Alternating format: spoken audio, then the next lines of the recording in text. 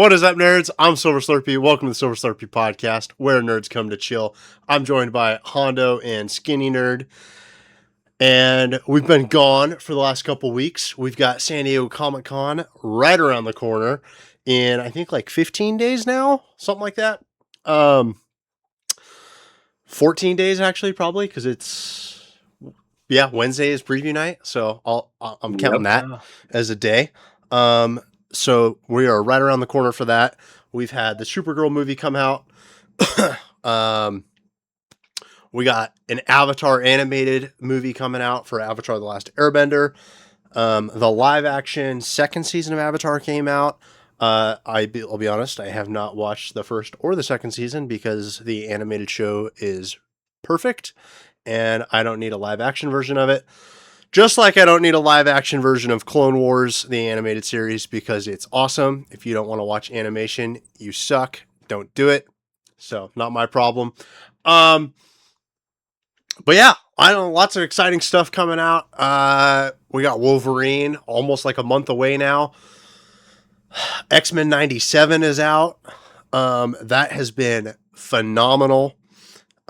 Which kind of brings me into a question that I was thinking of the other day. And the X-Men 97 series has a phenomenal, badass intro with their music. And I was going to ask, what is your favorite animated show's like intro music? I know Skinny Nerds, if I had to guess, but I could be wrong. So if you have a favorite, like Batman the Animated Series, Justice League Unlimited. If it's X-Men 97, it's basically the same music. Freaking whatever, you name it. We're gonna limit it to like music only. So if it's like a song with like lyrics and stuff and like singing, we're not gonna count that. So we're talking like the music only intros of animated series. What is your all-time favorite? I'm curious what you think mine is. I'm curious Batman, what you think. Batman Beyond. I know. I feel like it's up there. Is it?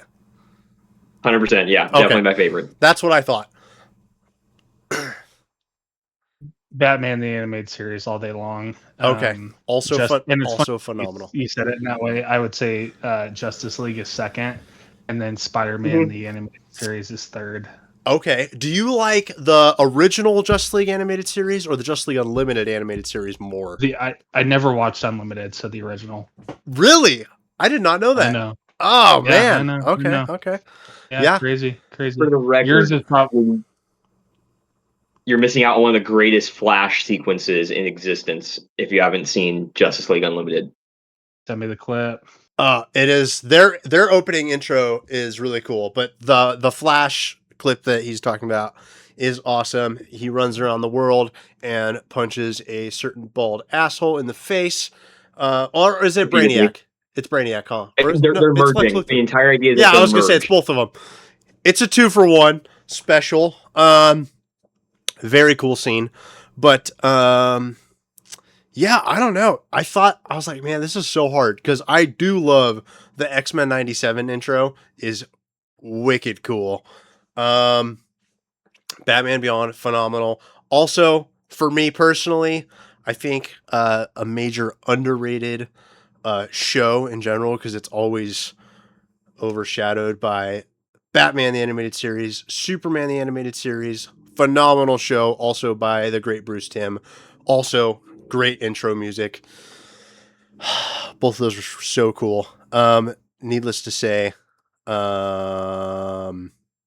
Bruce Timm's going to be at Con. I feel like it's so hard. Yeah, Bruce Timm's going to be at Con at the Cape Crusader panel, so that'll be fun. Oh, very cool. I didn't even think about that. Yeah. Have they confirmed a panel for it? They confirmed today, so it's going to be... it even said like second season preview or second season early release, something like that. So I'm sure they'll show the first episode like they did last year or 2 years ago. But it's going to be Bruce Timm and J.J. Abrams and Matt Reeves, who did the Batman. They're both executive producers on that. So really excited. I don't think J.J. Abrams was there last time, but Matt Reeves was with Bruce Timm. Yeah. Very cool. That'll be exciting. Hopefully, maybe we'll run into him on the show floor or something. Um, he used to have a booth and just like sit at a table all convention long, and I feel like I kind of took that for granted. And I've done that with a few people in the past. For example, the actor who played Chewbacca in the OG Star Wars, I'm blanking on his name at the moment. He has since passed away. He used to sit at the back of Comic Con for like the first 14 years I went, and like I could have walked up, gotten his signature, never did it, never talked to him. And I've done that with a few people, and now they've either passed away or they just no longer go to Comic Con. And I'm like, man, I was always like, next year kind of thing. And so I'm really trying to not do that anymore. Yeah. So for the people that I want to meet, definitely going to try to do that. But Batman Cape Crusader will be awesome. Speaking of Avatar, like we were, Mhm. that animated movie is releasing on Saturday of Comic Con. So in about 2.5 weeks, it releases that Saturday. But really cool, they're showing it on the Friday in Ballroom 20 of San Diego Comic Con, which if you've never been, it's the second biggest ballroom at San Diego Comic Con, and it's where like a lot of your big popular TV shows go. Some animated movies and stuff from time to time. DC had a long stint in there with showing their animated movies. So they'll be releasing that a day early at San Diego Comic Con Friday night before it releases on Paramount Plus. Super excited for that.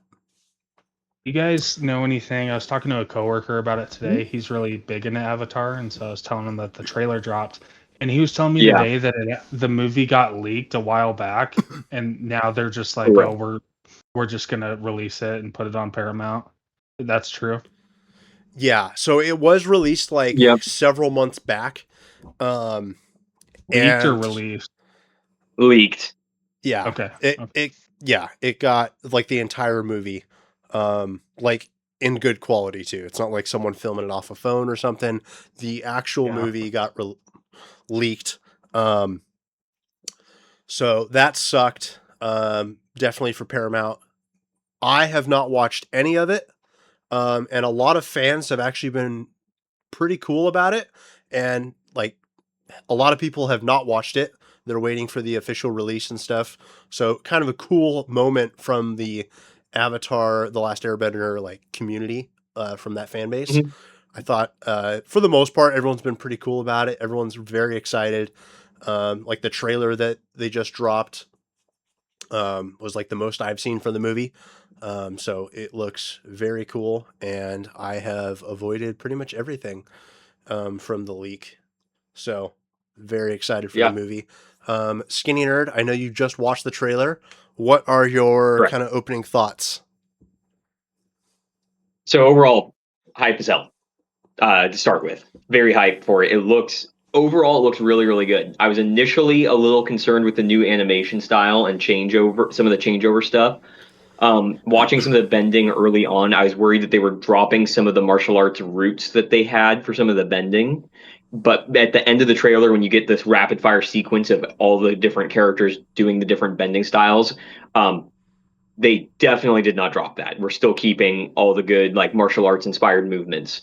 My one, I guess, complaint critique, I don't love. There's definitely some 3D animation they snuck in there for a few shots, Okay. and I don't love how it looks. Like there's a shot of Appa flying over a valley that was definitely done with 3D animation for Appa, and I'm assuming just because they were able to make the lighting and everything work easier that way.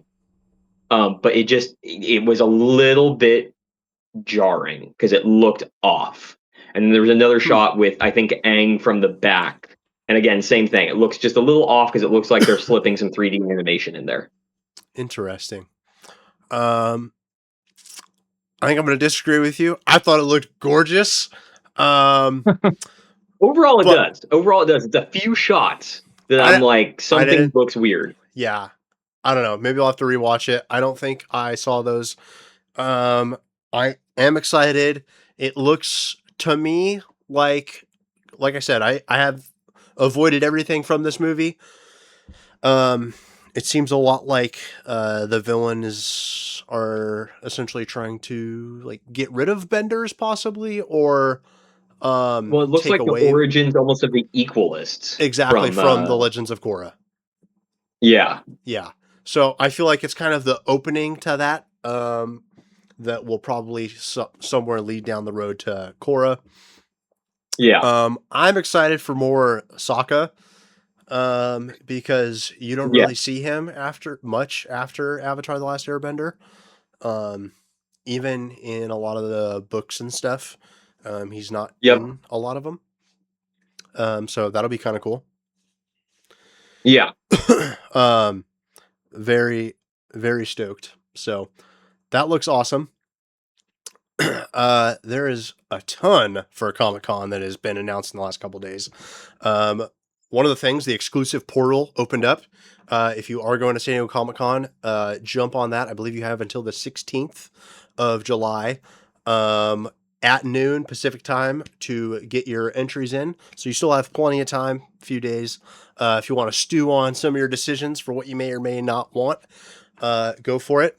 And then it can be a little confusing sometimes. So if you're staring at the portal and you don't know what to do, don't feel like you can only put one selection for each like time slot.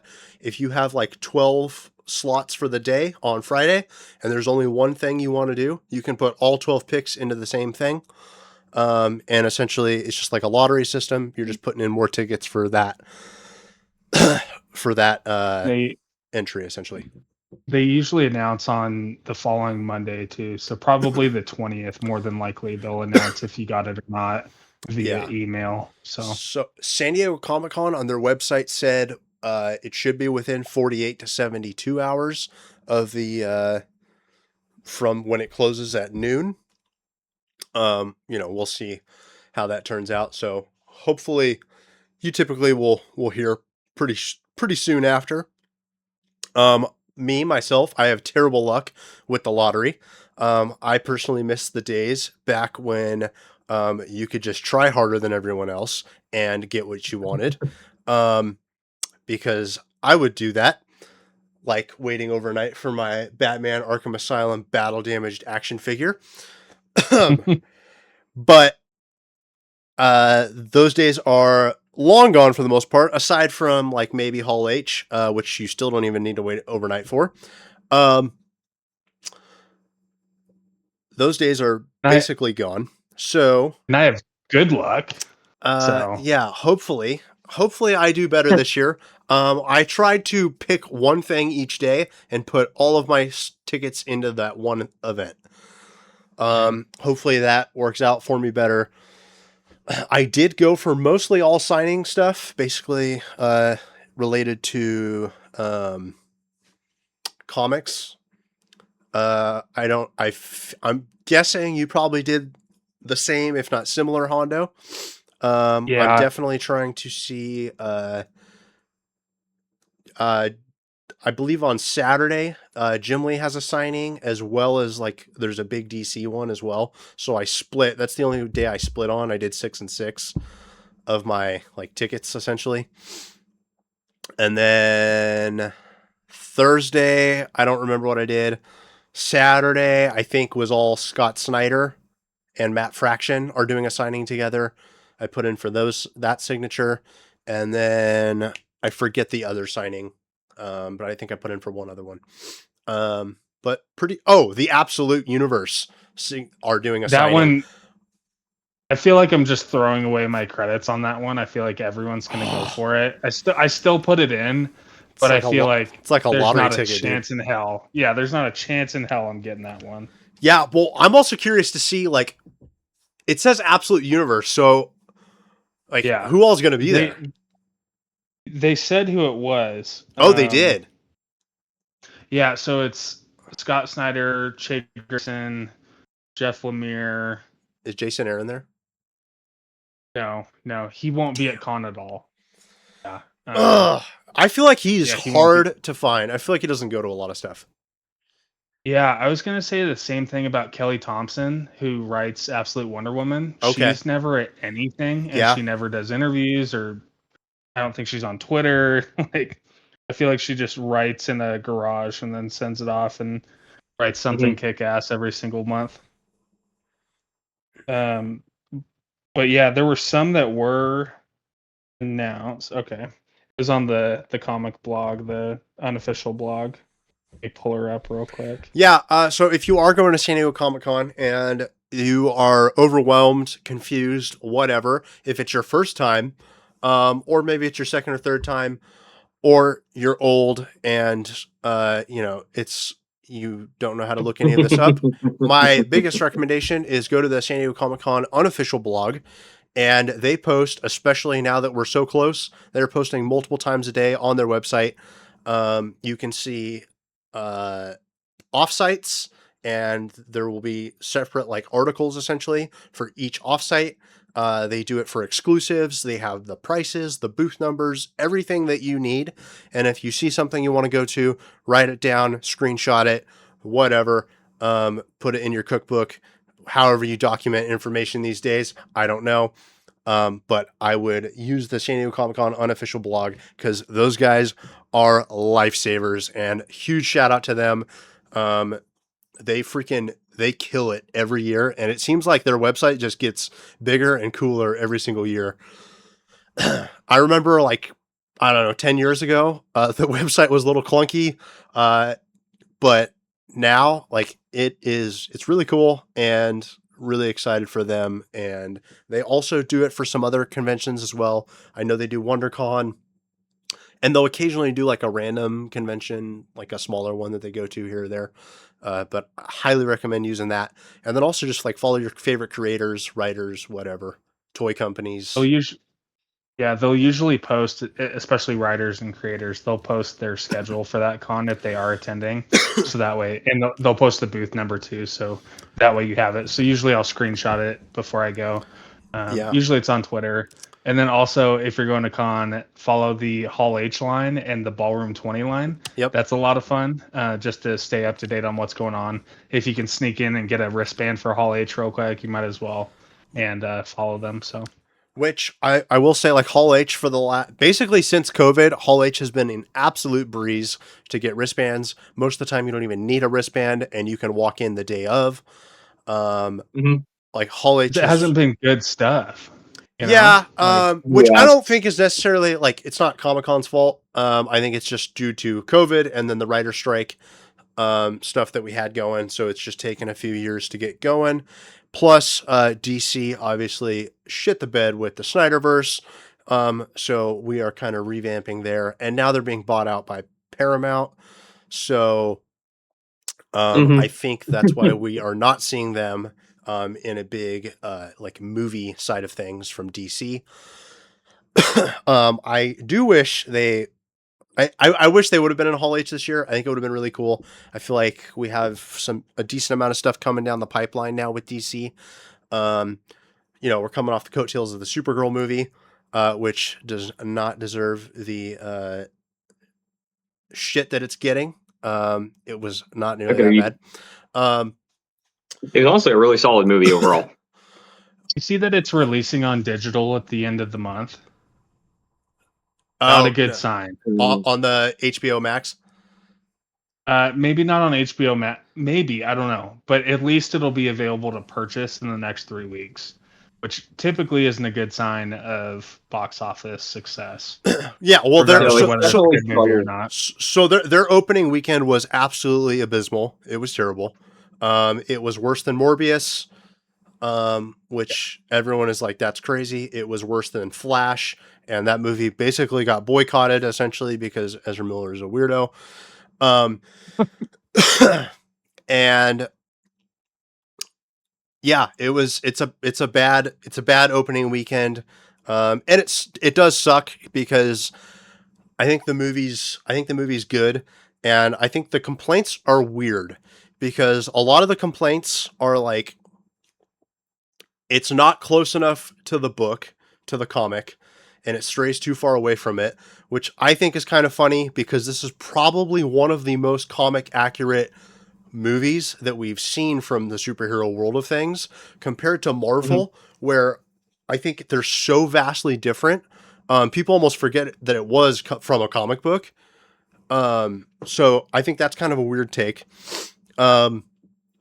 Second, I think a lot of people complain about stuff that kind of was in the book, that I think they made a little bit better in the movie. So like one of my big complaints from the book was I thought the book was kind of boring, a little bit of a snooze fest. They probably could have shortened it a little bit.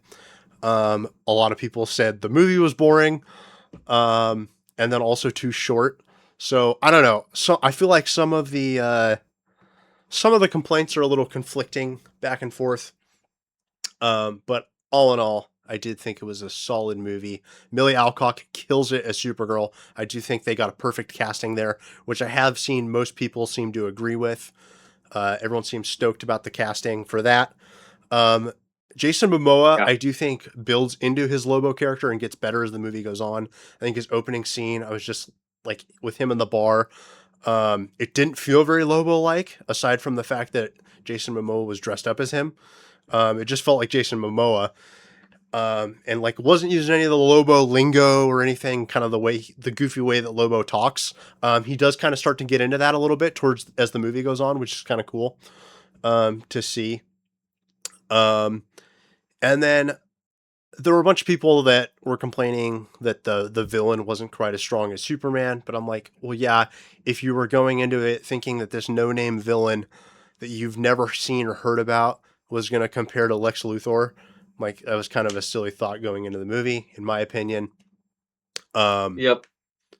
But all in all, thought it was good. Those were some of my points. I don't think a superhero movie has been cut from the same cloth as an actual storyline as much as Supergirl was, except for like Civil War, probably.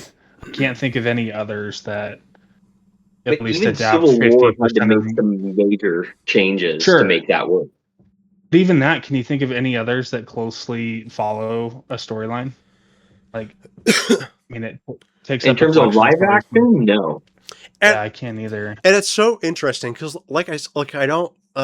I made a video about this, like right after, not long after Supergirl came out.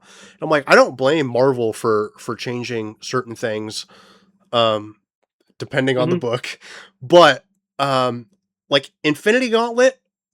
I think if you were to copy that story directly to the movie, I think the movie would suck. I think it plays well as it's a great comic, but I don't think it is very exciting as a buildup of 10 years of live action movies to end with the comic book story. Cause really there's not really any big fight. I mean, there is, but it's essentially like all of these people coming in and Thanos is like, nope, nope, nope, nope. So like, there's not really a fight. And it's more of like, Thanos has more of like kind of like a psychological defeat, I would put it. Because I think it's 100%. Adam Warlock. I could be wrong. It's been years since I've read it. But Adam Warlock was talking to Thanos after the fact and is like, you never had to lose. And Thanos was like, yeah, well, like I kind of did everything I needed to do or wanted to do. And Death still didn't want me. And yeah, like I just didn't really care at that point. So he's like, yeah, I kind of like gave up because I didn't give a fuck anymore. Yeah. And also a quick reminder of how that goes in the comics. Thanos is not trying to just wipe out half of all life. He's trying to wipe out all life. Yeah. His whole thing being that he is trying to court the like cosmic entity of death, and so like as a wedding gift, he wants to murder all life in existence, and that's why he wants the Infinity Gauntlet. Yeah.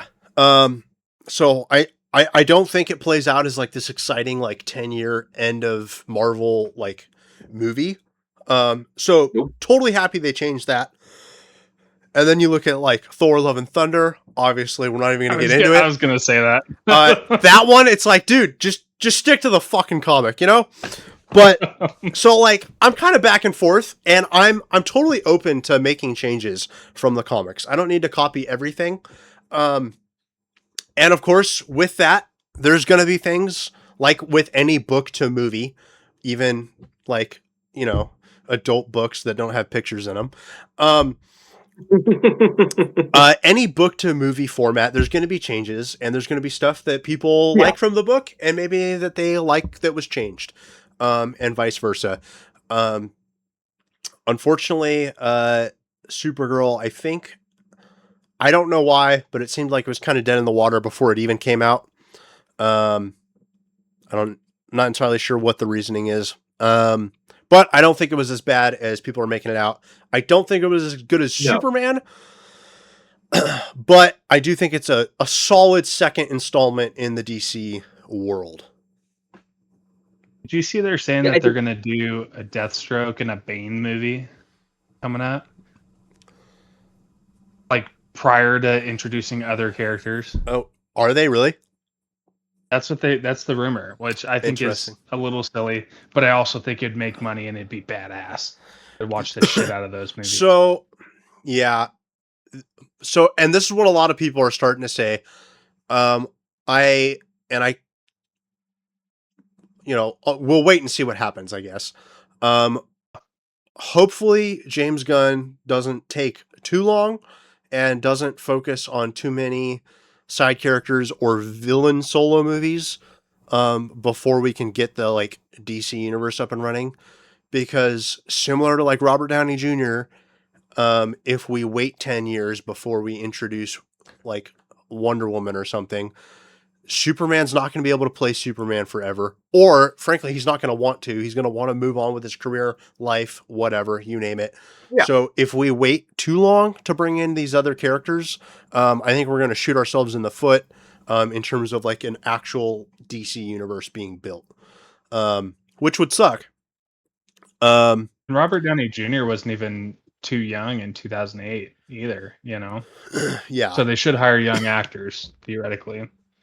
I mean, the other thing I will say is that the way James Gunn has talked about this is he's not trying to build a storyline like Marvel was. Yeah. He's trying to build kind of what you talked about there, which is a universe, right? Yep. He's not trying to necessarily build towards something. He's just trying to create a connected space where you can have all these characters, which then allows you to build these interconnected stories. Yeah. Which I'm all for, and I am all for the side characters. I love the smaller characters getting into the spotlight, getting movies, all that stuff. Like, for example, I love the Thunderbolts movie from Marvel. I thought that was awesome. Really well done. Yeah. And, like, yeah, I'm all down for any DC smaller character movie that they want to do. Like, give me Hawk and Dove, Black Canary, like, whatever, you name it. Give me the smaller characters, Vixen. I'm down. I just don't know. Obviously, we got to balance. Like, is it going to be successful on its own, or do they need to be in another bigger characters movie, which is also totally fine. So I think we kind of need to balance that with also like we do need to bring in some of the heavy hitters. Yep. So that way we can at least keep the universe alive, even if, you know, like we're not trying to structure it like Marvel. I think just for money's sake, and obviously, like I said, keeping the universe alive in the movie world, I think we're going to need to do that, or they're going to need to do that. Lanterns comes out in like 40 days, by the way. And I did not realize it was that soon. I didn't either. I was Googling it while you guys were talking. I was like, gosh, I swear it's coming up soon, but I feel like there hasn't been a whole lot of press or energy outside of that bad trailer they put out. Yeah. The second one was better, though. Yeah, a little bit. I am nervous about that show. I hope it does well. I think a lot of people are hoping it does well. Agreed. I'm really hoping. I think it's cast really well. I like both selections for Hal and Jon Stewart. Very stoked. I don't know. I'm kind of nervous. I really don't want to wait until the 8th episode or whatever for the let's suit up kind of thing. And we get like a little 10-minute action of them in their Green Lantern suits, like fighting in a desert. Um, yeah, and I Clayface is think going to be sick though. and I Oh, and sorry, I, go ahead. and I think I thought they had the right idea of going with a Green Lantern show as opposed to a movie, because the Green Lantern Corps is freaking huge. You have so many characters. It's you can do it in space, and you can make it like you can do like a buddy cop thing, but we want it in space with Green Lanterns. We want them fighting aliens. We want them fighting other lanterns.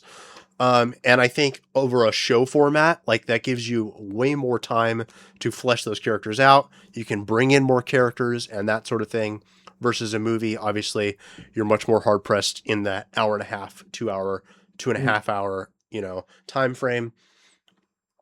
With a character that people aren't super familiar with. Everyone knows Batman and Superman and everybody else, but even though we know who Green Lantern is and all the other lanterns and whatever else, they need a little bit of time to flesh that out to the general public. Yeah.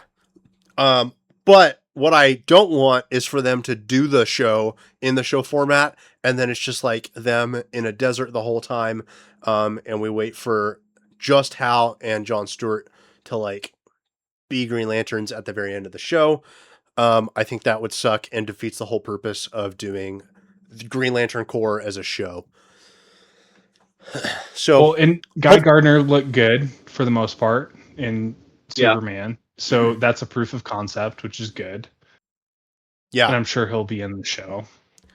I hope so. Lanterns turn out to be like a buddy cop thing where you have like a rotating like pairing, so you get a whole mix of the different Green Lanterns. Because, like you said, Green Lantern Corps is absolutely massive. Yeah, like I want to see what's his name? Is it Mongo or Mogo? I want to see the Green Lantern planet show up at some point. Yeah. Like I want to see Kilowog. I want to see Chip.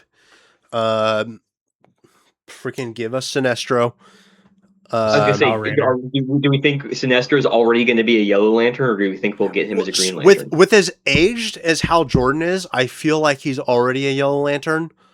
And I'm down for that. Because you can always back tell that story, with flashbacks or whatever, or of like Hal teaching John Stewart, and that could be some really cool flashback scenes.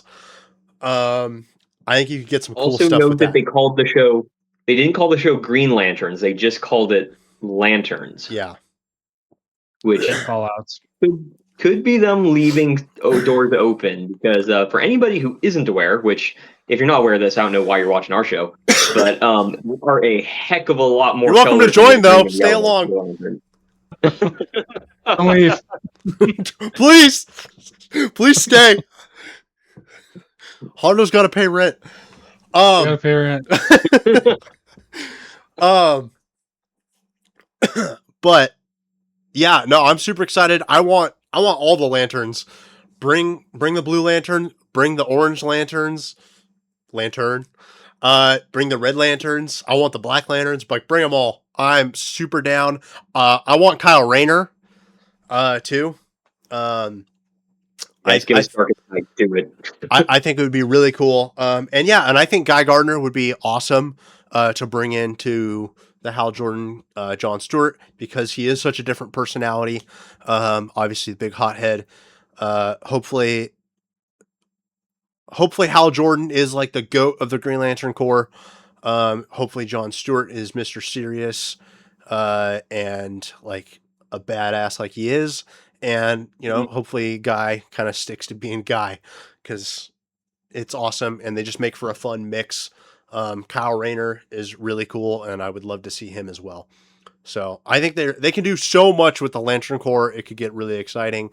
Whether or not they do it, who knows? We'll wait and see.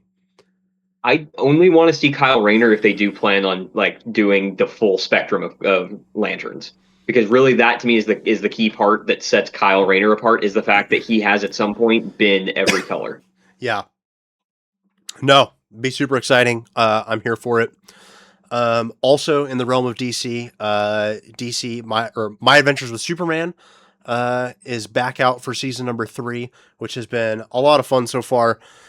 It's a fun show. It's definitely more kid oriented compared to like an X-Men 97 or something like that. I really enjoy it.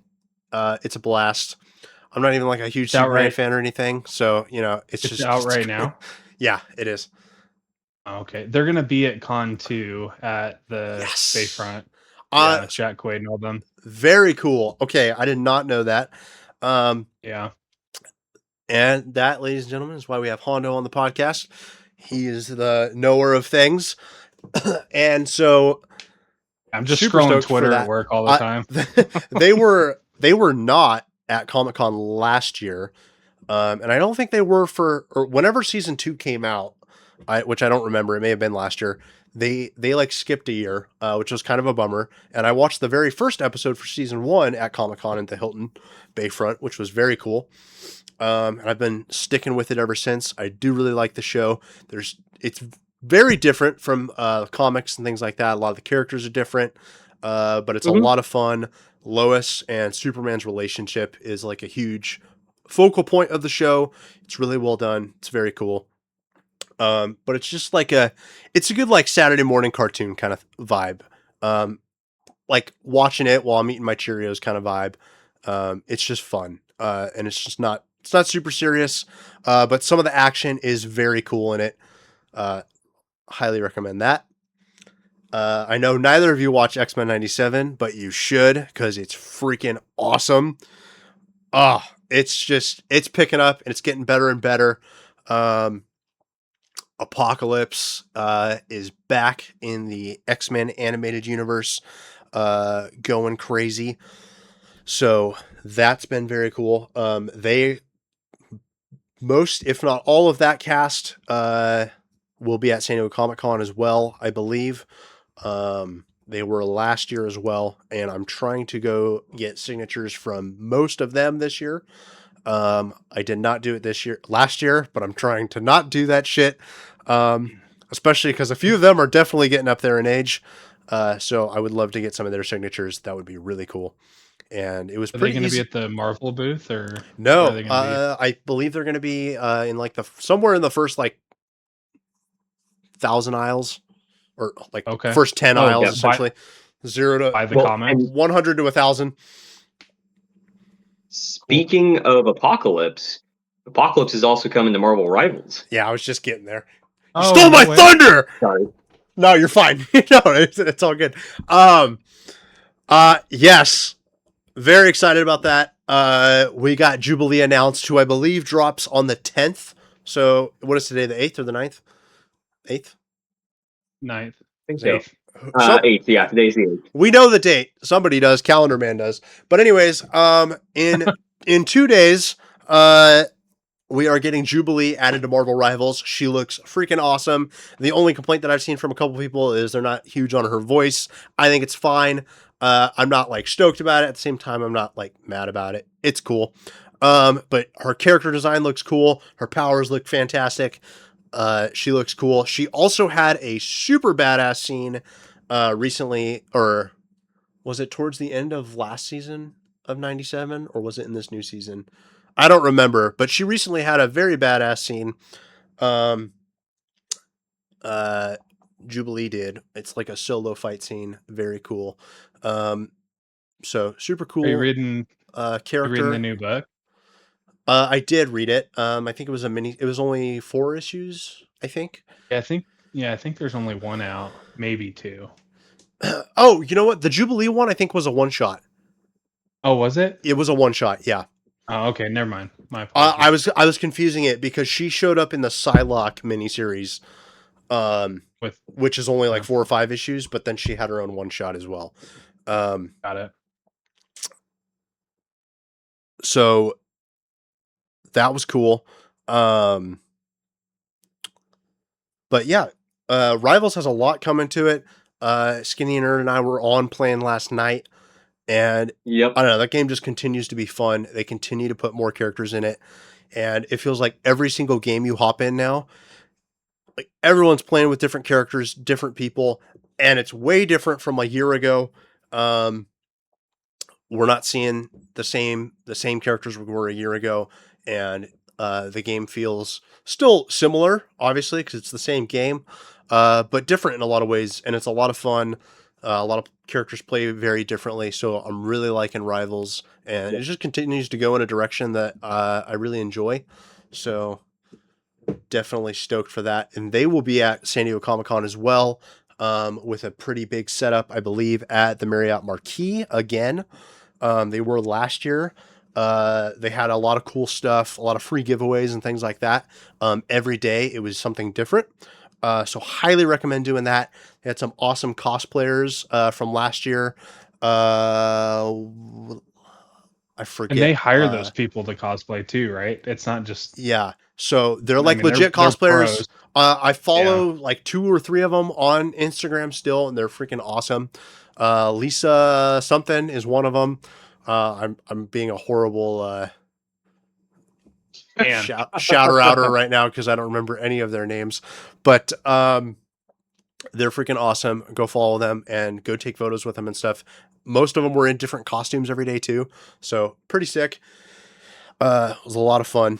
And yeah, it was not like your Joe Schmo Batman, who just got a Party City Batman costume and called it a day, or like built some Iron Man suit the night before out of cardboard. It's very cool stuff. They looked awesome. So that was a lot of fun. Speaking of video games, Skinny Nerd, do you have any news for us over the last 3 weeks, or anything coming out here soon? Video games wise, I know Wolverine comes out in a month. That's about it. Go ahead. AAA is dead. Long live the indie games. Both major video game publishers have decided it was a really, really good idea to just shoot themselves in the foot repeatedly and then set that foot on fire. Between Sony stating that they will no longer be supporting physical games going forward, and Xbox cutting and slashing away at a ton of studios with a massive amount of layoffs, it ain't looking good for either of those publishers at the moment, to be honest. Yeah, I blame Rockstar.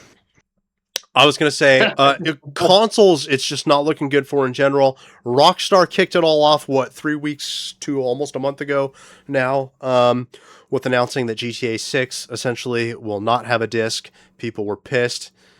And then PlayStation was like, sick idea. We're on board. Bring some of that hate over to us. And people are furious.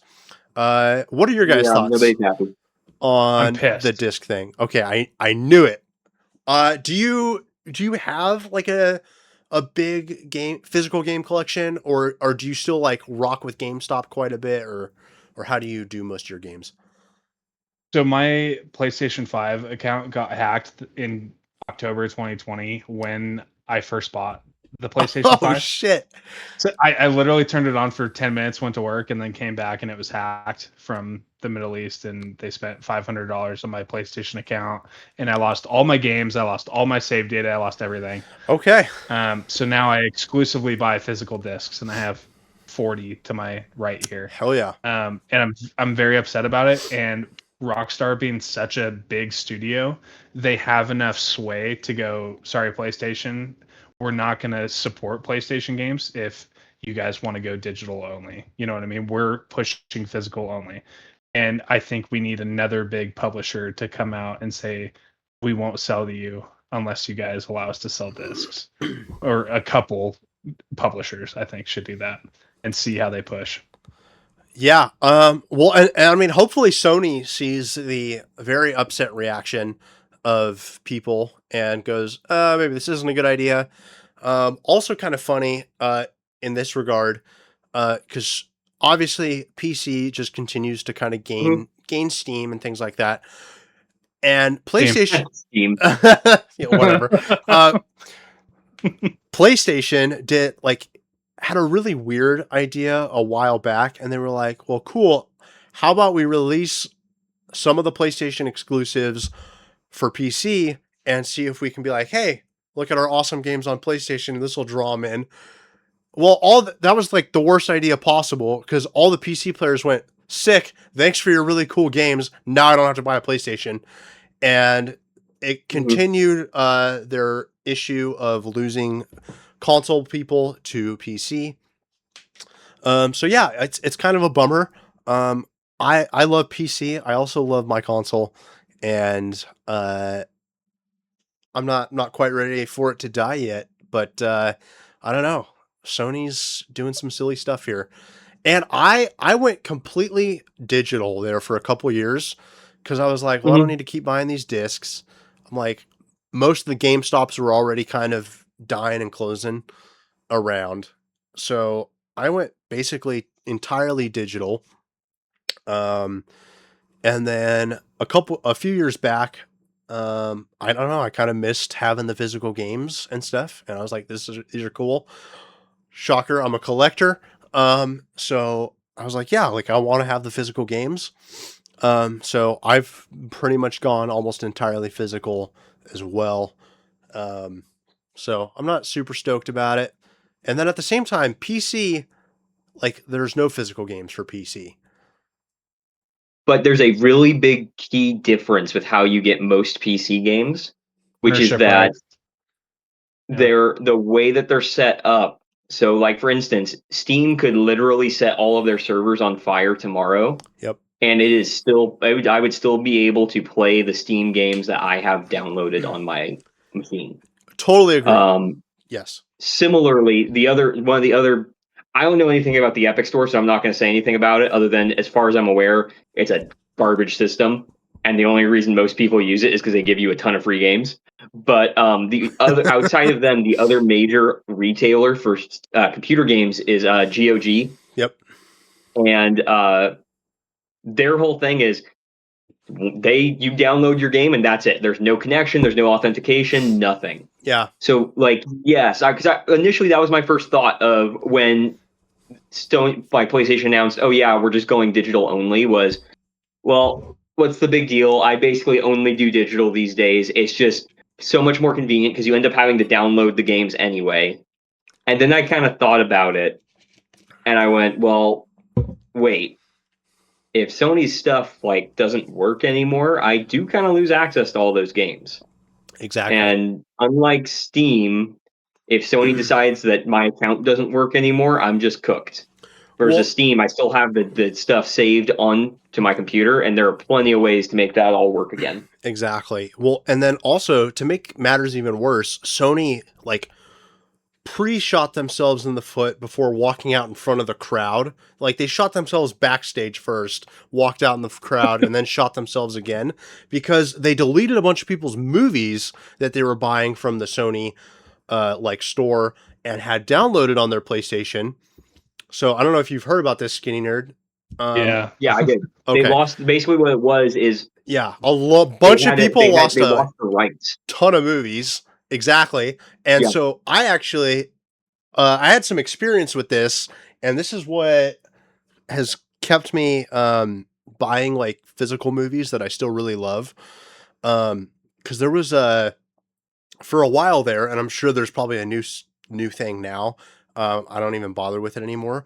But a lot of physical movies for a while, you could download like it was like somethingmovie.com or whatever. It was like a movie website, and you'd get a digital code and then get to download it. Well, that freaking digital like company essentially went away and disappeared. So I lost all the digital movies. I'm sure there's some way I could still get them or whatever, but I was like, that's bad. So, luckily I didn't buy any of those strictly digitally only. It was just like the physical one had a digital code in it, but I got warned plenty of years ago learning that way that I was like, ooh, I don't want to do this. Yeah. So that definitely sucked for those people. Well, Skinny Nerd made a really good point about connection. So many of these games, you flip the back over and it says internet connection required, which that was the precursor to this digital thing. That's ridiculous on its own. Why am I playing Uncharted 4 and I need to be on a internet connection? Why am I playing Last of Us or whatever else? Single player games that aren't multiplayer require PlayStation Live or whatever it's called. Like that insane. Why is that? Yeah. Completely agree. Yeah, pisses me off. So well, and it's like gosh, it's so crazy because Xbox Xbox has already been going downhill with this last generation of their console. Um, Well, they gave up and basically. and it's just like in the last couple months, Sony has decided instead of like, yeah, like we might be good. Well, like, I think they not fucked everything up so far, and hopefully they fix it. But I think they still had a great shot at a PlayStation 6 and having a great run with a next generation console. I think they still could have Mhm. had another generation of consoles still done really well. Probably still would have seen some diminished success as more people slowly transition to PC. But I think they shot themselves in the foot early, and I think this next generation of console is not looking so good. And I think it really sucks for someone like you, Hondo, because you're not a PC gamer. You've always been a console only guy. Um, and like that sucks because it's essentially I mean when if and when the PlayStation does finally die in terms of the console format, um, obviously that'll be a big change for you and probably a lot of other people, um, which could suck. Yeah, and we're old enough to remember growing up Mhm. giving games to people and letting them borrow Yeah. those games. Yeah, And Uh-huh. that was super fun because you're like, oh, my buddy's got this game. I now have to buy it, and then vice versa. You guys would just swap.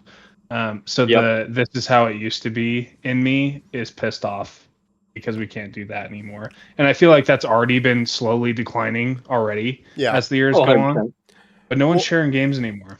and plus, I think so. Like Steam does a lot of cool stuff, as well. Because I believe I've never tried it, and I just kind of learned about it recently. But apparently, you can also sell your games back to Steam.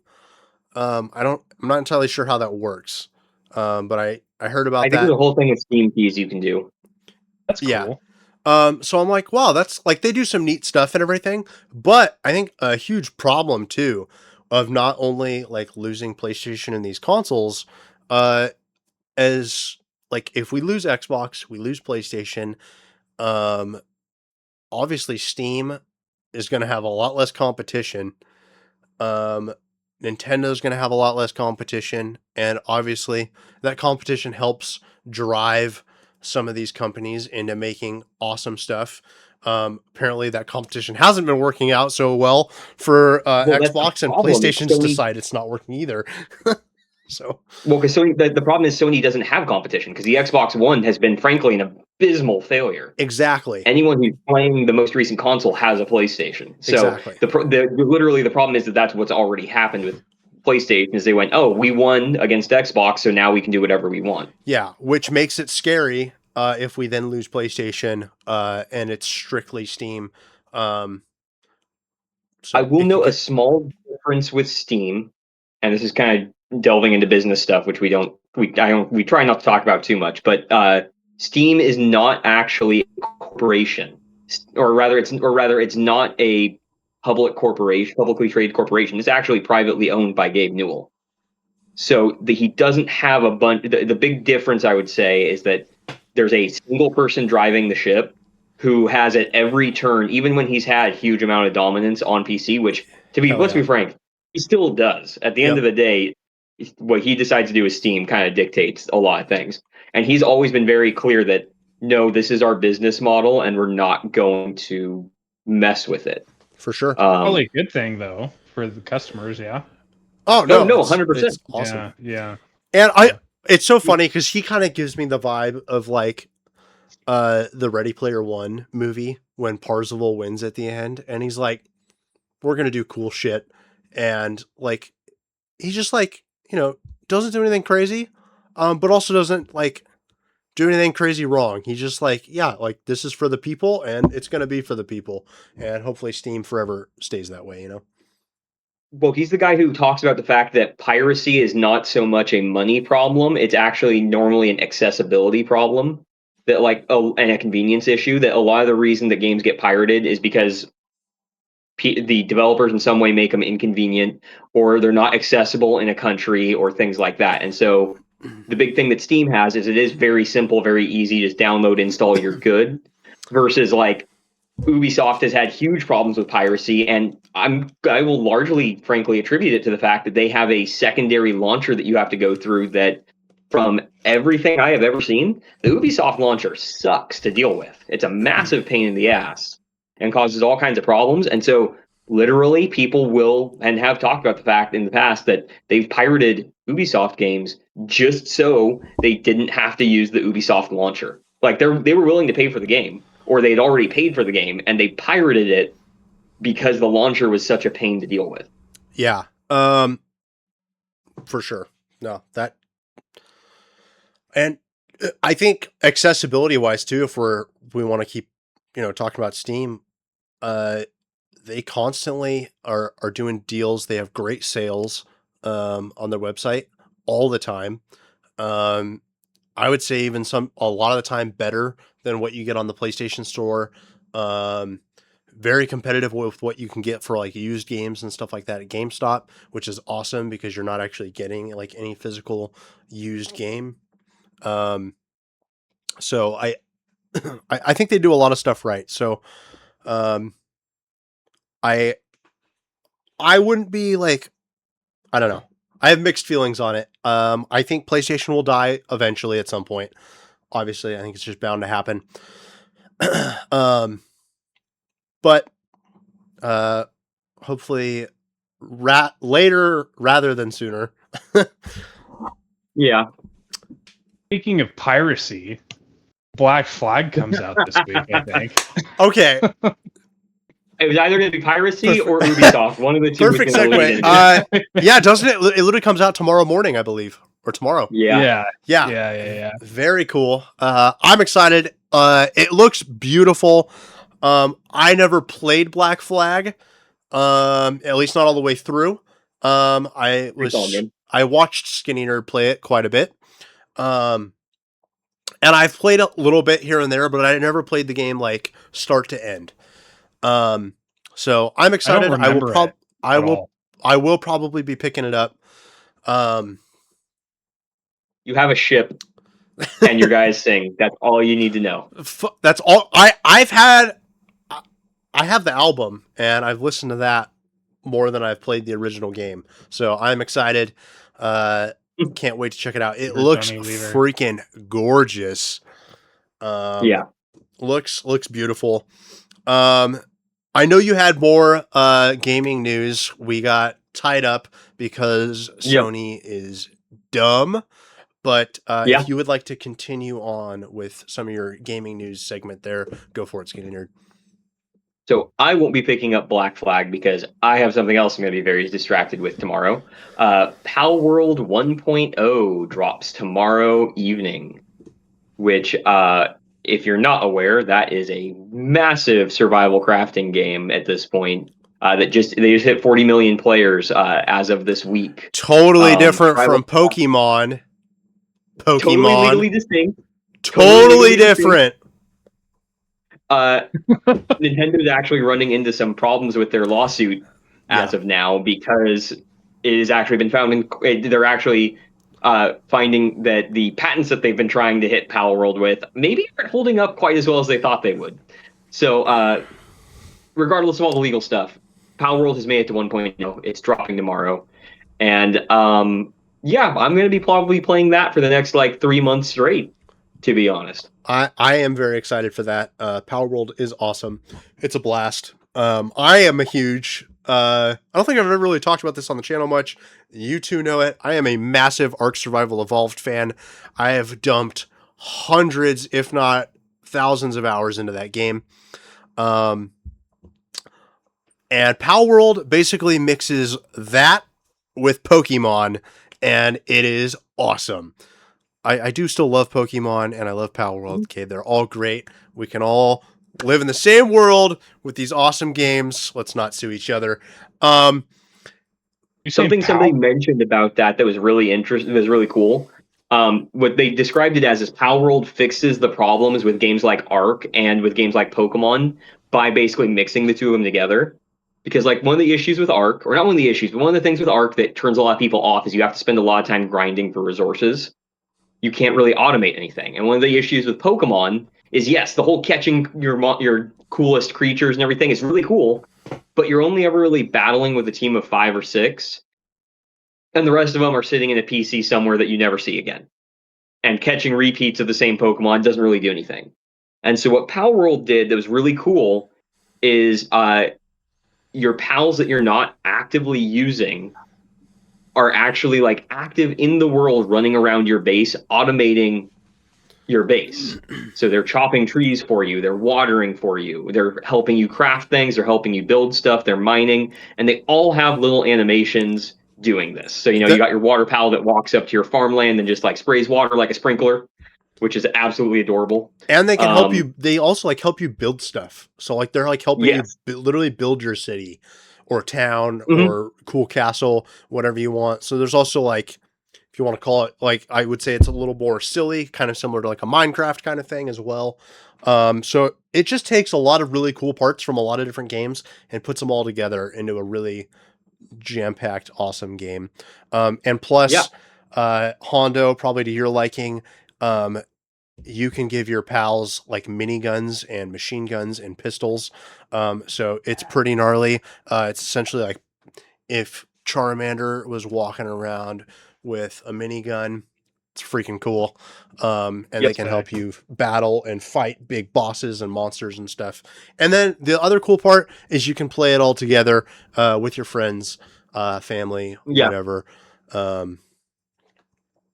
whoever you Yeah. want to. So it's really cool. The game lets you defend your land from dragons with a musket, just like the founding fathers intended. You got any other gaming news for us there, Skinny Nerd? Wolverine is dropping real soon. I don't really have anything else to Yes. say about it, but Okay. Wolverine is dropping really soon. I am very excited. We'll kind of kick it back here into Comic-Con a little bit. Really hoping for that game to be at San Diego Comic-Con. We've gotten the Spider-Man games before. Literally, they're at the Marvel booth, which I think is super exciting. Brings a lot of excitement to the Marvel booth. So I really hope that they bring in Wolverine to the Marvel booth. I will be there. We're gonna play it if it's there, and really stoked to check it out. So I really hope it's there. I don't see why it wouldn't be with as soon as it's dropping comparative to Comic-Con. I think it would be silly of them not to. Similarly, Monster Hunter historically has demos for their upcoming expansions, which, keep in mind, I call it an expansion, but Monster Hunter, when they do an expansion, it's like a $60 drop that is effectively an entire new game stapled onto the old one.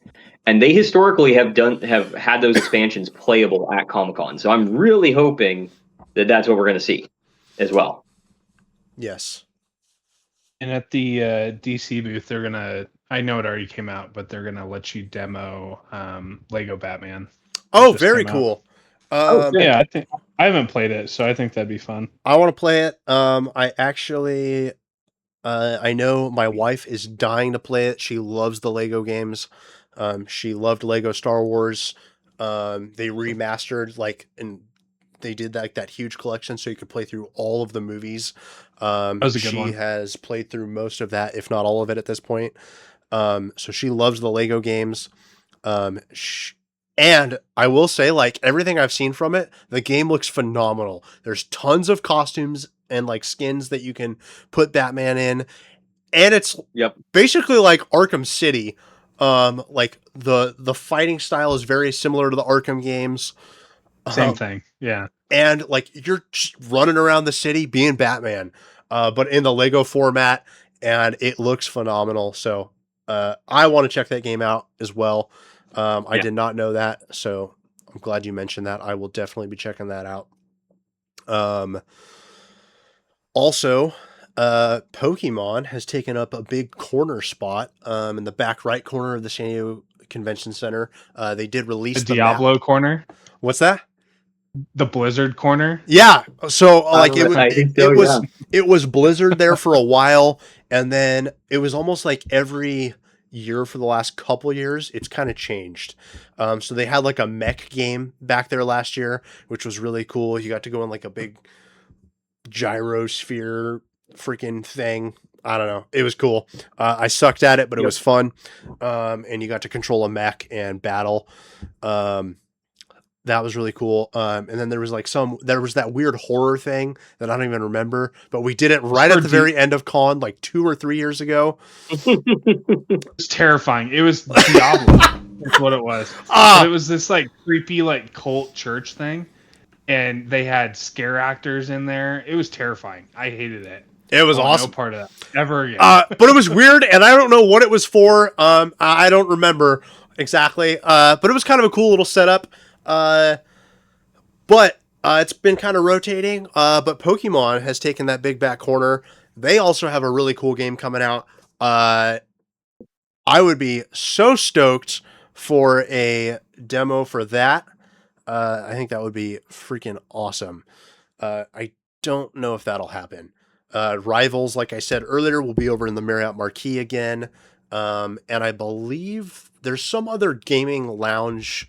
It's not just going to be Marvel Rivals. There's just kind of a big gaming lounge space in general over there. So that should be really cool. And while they won't be at Comic-Con, Warframe has their annual. They are a big enough game that they do their own convention, and they have TennoCon, which is taking place over the weekend.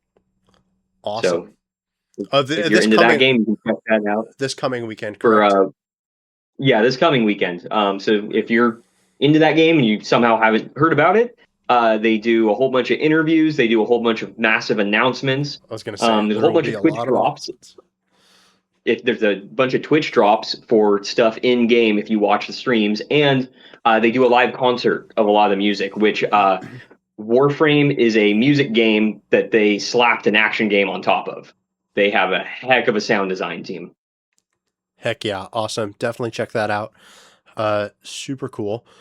So far, going into Comic-Con with everything you've seen, I know Skinny Nerd, you probably haven't seen a whole lot of it.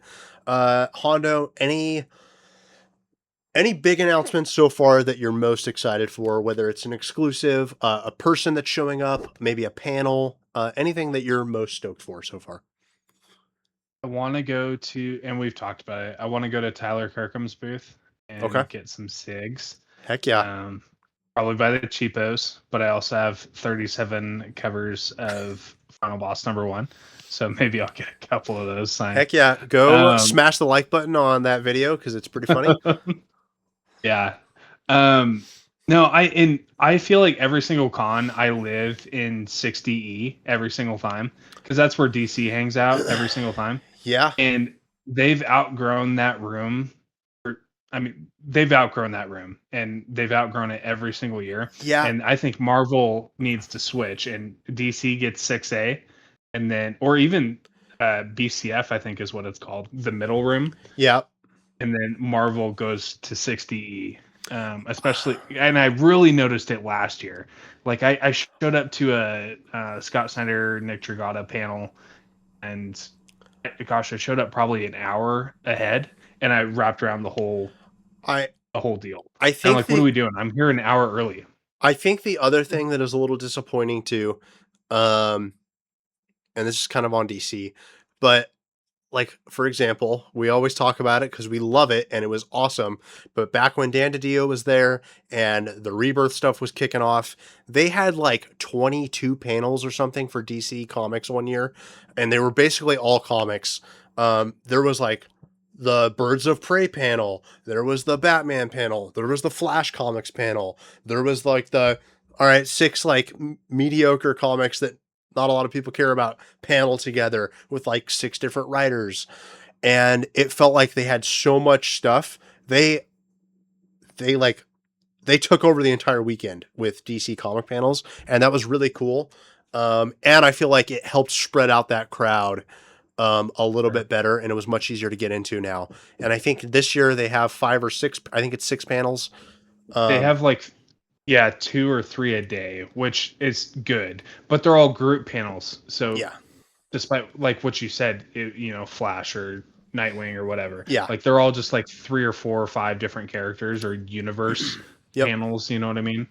And a lot of it's all the same people with a couple people that are new that are sprinkled in. Yep.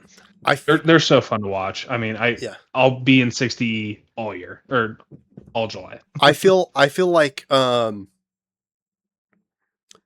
still fun. Obviously, you get a lot of announcements coming up for future comic stuff. What's coming in the future? Some of the there's always the Q&A portion.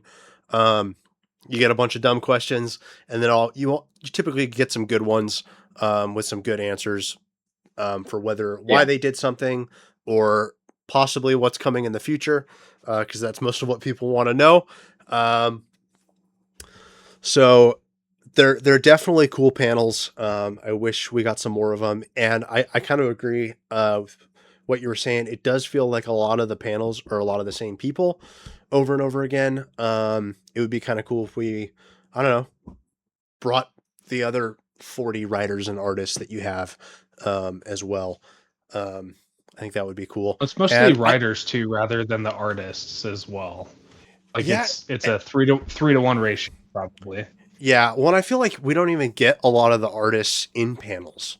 I feel like most of them, I mean, granted, most of them are at their booths or whatever, so I get that they have to do that, but I would love to see some more of the artists in some of them, because a lot of the panels are like almost entirely writers. None of the artists are there, none of the colorists or whatever. Definitely not the colorist for sure. Yeah. So I think that would be kind of cool, and again, like that kind of gives DC like, all right, if we do a panel specific to like 1 or 2 comics, there's like, we can bring up the whole team. So there's like 4 people or possibly 8. Just don't do Zatanna, because Jamal Campbell is going to be up there all alone. Jamal Campbell. Which is amazing. Shout out to that guy. The fact that he does basically the entire comic by himself is incredible. Built different. But yeah, hopefully those are cool. What are you looking forward to? It's hard. I will say the animated, the Avatar: The Last Airbender movie being released Friday night, is really exciting for me. It's also just kind of nostalgic, as you know. It's not a DC movie, but the DC animated movies, for, I don't know, like a 12-year stint or so, basically always released Friday night in Ballroom 20 at San Diego Comic-Con. It all got started off with Superman Doomsday, and we got like HeroClix figures after the movie. The entire ballroom did. So like, I have very fond memories of going and seeing the DC animated movie on Friday nights. And it's just cool. It's fun. It's relaxing. And it typically goes kind of late into the night, and you're leaving basically in an empty convention center at that point, which is always just kind of cool. It's kind of neat. It's fun. Which is why we go to Comic-Con. Obviously the drinking and eating and shit talking about our favorite comic book heroes and stuff after the fact, at Rockin' Baja Lobster, you name it, is always a blast. But I certainly love being in the con, doing Comic-Con things, because that's why we're there, and it's a blast. So I think at this moment, I'm probably going to say the Avatar movie has me really, really jacked up. But I did not know until you told me. I'm excited for the My Adventures with Superman. Hopefully I win 1 or 2 of the lotteries for once. That would be cool. I don't know. There's a lot of stuff. I'm very excited about the Paramount Plus offsite. The Paramount Plus Lodge. I heard tickets sold out for it already. Are you gonna? Oh, I'm gonna kill myself. Are you gonna stand? So it sold out in like 5. It sold out in like 5 minutes. Okay, it's my first time going to Comic-Con. I didn't even know it was already. Yeah, I didn't know it was already came out. Well, when you said that on the group chat, I thought you were gonna stand by it or something. No, well, so they do typically have a standby line. Yeah. Every year, so I will probably do that. I didn't know that they already did tickets or whatever for it. There was in like 30 seconds. The last like 36 hours. For those of you that don't know, there has been so much announced for San Diego Comic-Con. Maybe last 48 hours or so. It just feels like we're drinking water from a fire hose right now. It is insane. it's a blast. But There's definitely yeah, a lot to so say. even Comic-Con veterans, like there's so much information, so much cool stuff. Um, it's hard to see it all or know it all. Um, I will say San Diego Comic-Con. So I was talking with someone, and they should probably just never attend again. And uh, you know, I don't know. Whatever they want to do with their life is fine, but they shouldn't go to Comic Con. They went for a day last year, and they were like, "Yeah, like I felt like I did everything, and I didn't really feel." They're like, "I don't like get what's so crazy about it," and they were like, "We like went for a couple hours and we were done," and I was like, "Cool, like you shouldn't go again. How dare you for wasting a ticket?" Um, but also, I There's will poor say, kids in Africa that could have this ticket. San Diego Comic Con is definitely cooler the more you're into. I do think there's plenty of stuff. Yeah. If you're strictly just into superheroes like Marvel and DC, I think there's still a lot for you to see. If you're just into comics in general, you got Image, you got Dark Horse there, DC and Marvel. You got artists, comic panels. There's lots of stuff to do. And if you're into those things, you're typically into the movies, the shows, and stuff as well. There's offsites, there's free things to do. And then there's anime, there's live action television stuff that's not superhero or anime related or fantasy related. Not to mention there's also a whole bunch of fantasy stuff.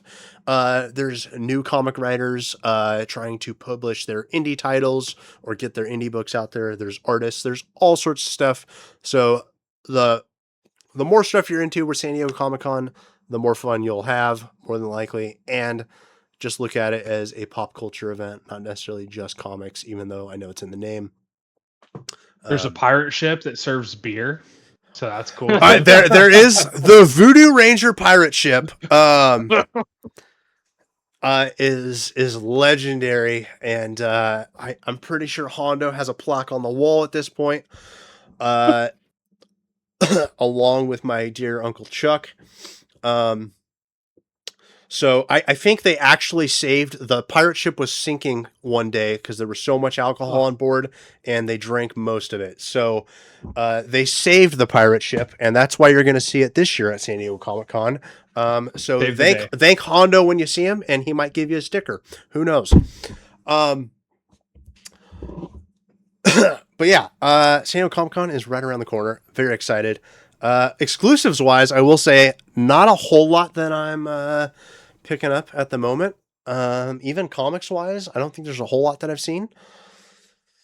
Those Absolute Pops are cool. They are very cool. I will say, so I stopped collecting Funko kind of a while back. A lot of people did. But I will say this year, I think Funko has a pretty solid lineup of Funko Pops, and it's kind of a cool year. I think they got Invincible, they got Geiger. Check it out, Ghost Machine, all of their titles. Geiger. Jeff Johns is absolutely killing it. But they got Geiger, Invincible, Absolute. We got the Trinity with Superman, Bats, and Wonder Woman. So lots of exciting stuff there. They are doing a Battle Beast action figure. I want to say it's from Super 7, but I feel like I'm wrong. I forget the company doing it. It might be Super 7, but they're doing a Battle Beast action figure. I am kind of excited for that. I feel like that'll be a game time decision when I see it in person. But that's pretty cool. Love that comic. Battle Beast has been phenomenal. Not a whole lot of comic covers. It does kind of bring me into a huge frustration of mine. And most of the comic companies are the worst about it. Most of the comics are being sold online, or they are already being sold online, and then they'll have a very limited number at the show. I think that's dumb. It's not an exclusive. You shouldn't be able to put an exclusive sticker on your toy at San Diego Comic Con, or any con for that matter. I don't get to attend New York Comic Con. It's okay. I want those people to get cool exclusives. And if I want to buy it, I'll go buy it from my local comic shop or whatever. But I think I think these companies need to stop or not be allowed to put exclusive stickers on stuff that is not exclusive to the event. And basically every single comic company this year that I've seen, other than I think one, and I don't remember who it is off the top of my head, but every single comic company is selling basically worldwide or nationwide, which I think sucks. Todd McFarlane just announced an exclusive cover earlier today, and It's that like is $200 too. and It's crazy. and it's getting sold everywhere, and I think it's Yeah. already on sale or going on sale soon, which I think is ridiculous.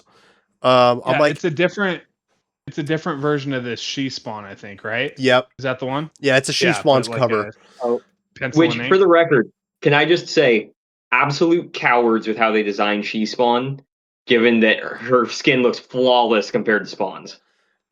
I think it's sick. I think she's badass. I'm really enjoying this series so far. Oh, no. I'm not saying that she's not a badass. What I'm saying is they're cowards for not giving her the same chewed up look that Spawn has under all the under the Chewed mask. That's all I'm saying. Man, I think Jim Lee's not doing his deals aren't being sold online, at least those Absolute Trinity ones. Yeah, well, and okay, so like that also, and I should have known better because it was at the DC booth. Like DC is going to sell whatever because they're a huge company. But they did the hardcovers with Jim Lee's cover for the first trades for Superman, Batman, and Wonder Woman last Comic Con, and or maybe I think it was last year. And I got the Superman one. I was like, wow, this is really cool, super sick. Well, they're now everywhere in my local comic shop, and everyone can get them. And I was like, cool. So this isn't an exclusive. I just think it's lame. I don't need everything to be an exclusive, and I don't need as many exclusives. But if you're going to do it, I think make it an exclusive, and I think the comic conventions also need to not pass out an exclusive sticker unless it is actually exclusive to their convention. Go ahead, Skinny. Would you be okay with them doing stuff like that if they sold it as a early access sort of thing, where you get Yes, if they at least say it, or it's not sold as like an exclusive. If they don't advertise it as an exclusive, I have no problem with it. Because there's tons of stuff at the con that isn't exclusive. That I buy and stuff. I have a problem with stating that it's an exclusive, and then just selling it later online or already selling it before the show's even started to online. And you know what? As I'm sitting here looking at Twitch, I'm sorry to pull back to gaming news, but I forgot one of the coolest things in gaming is going on right now. And I'm seeing it because I'm looking at all the Twitch live channels at the moment. Games Done Quick is currently being run right now, and I completely forgot about that. For anyone who doesn't know, Games Done Quick is a semi-annual charity centered around running video games. They usually raise several $1 million for different charities. I think this year they usually are doing either like a cancer foundation, or they'll raise money for Doctors Without Borders or some other amazing cause. Awesome. And so they are currently, as we speak, doing a Crash Bandicoot run of some sort. Yeah. And that's our sponsor for this evening. For every $50 that you send to my Venmo, I will send $10 to that cause. So yeah, at Hondo 47 on Venmo. I apologize for that little tangent I just threw us on there, but I felt like that was something that is worth an announcement that's going on, just in case anybody's not aware of that, because it is outside of the fact that it is an amazing like charity thing. Dude, some of the things these guys are doing in these video games, sick as hell. Also, like, speaking of charity, you can always give blood at the San Diego Comic-Con as well. And they typically give you out like a free cool superhero t-shirt or whatever. I think they've already announced what it is this year. I don't remember off the top of my head. But it's always something pretty cool. And I think last year's was actually pretty sick, and I kind of wanted it. Last year was Superman, I think, right? Yeah, but I don't do the Superman shield? Yeah, I don't really do needles. So it is a Spider-Man shirt. Yeah. It's an amazing Spider-Man shirt.